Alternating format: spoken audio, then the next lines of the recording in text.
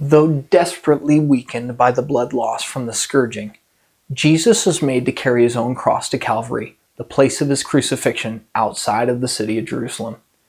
Jesus only makes it part way before the load becomes too much and someone else is forced to carry it for him. All of this happens before 9 a.m. on Friday morning.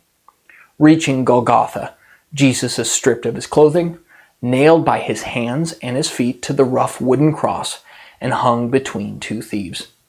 For 3 hours, from 9 a.m. to noon, Jesus hangs upon the cross while people hurl abuse at him.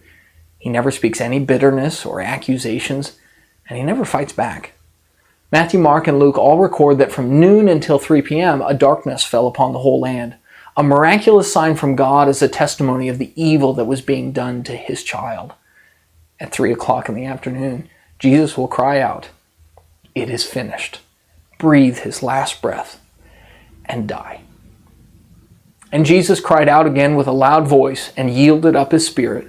And behold, the veil of the temple was torn in two from top to bottom, and the earth shook, and the rocks were split. The tombs were opened, and many bodies of the saints who had fallen asleep were raised. And coming out of the tombs after his resurrection, they entered the holy city and appeared to many. Now the centurion and those who were with him keeping guard over Jesus, when they saw the earthquake and the things that were happening, became very frightened and said, "Truly, this was the Son of God." These miraculous signs that accompany his death were further proof of Jesus' divinity and how dark and wicked a thing had just been done. From this point forward, events move quickly. The centurions authenticate that Jesus is truly dead by driving a spear through his side and into his chest cavity. His body is taken down, and in one of the few signs of loyalty seen on this darkest of days, a man named Joseph of Arimathea requests the right to bury Jesus in his personal tomb instead of the common grave of criminals. The request is granted. Jesus' body is prepared, interned in the brand new tomb, and a stone rolled in front of the opening. At the request of the chief priests and Pharisees, Pilate orders soldiers to guard the tomb and for the stone to be sealed against opening.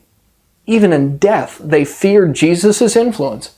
Before dusk on Friday, Jesus' body is secured and the tomb sealed. His enemies relish their assumed victory, and Jesus' apostles, family, and disciples weep and mourn. The astonishing thing is that all of these awful events were foretold by Jesus ahead of time. No one took him seriously, but he knew all along. And as Jesus was going up to Jerusalem, he took the 12 disciples aside, and on the way he said to them, "See, we are going up to Jerusalem, and the Son of Man will be delivered over to the chief priests and scribes, and they will condemn him to death and deliver him over to the Gentiles to be mocked and flogged and crucified, and he will be raised on the third day." Buried on Friday. Now we must wait for the third day, Sunday morning.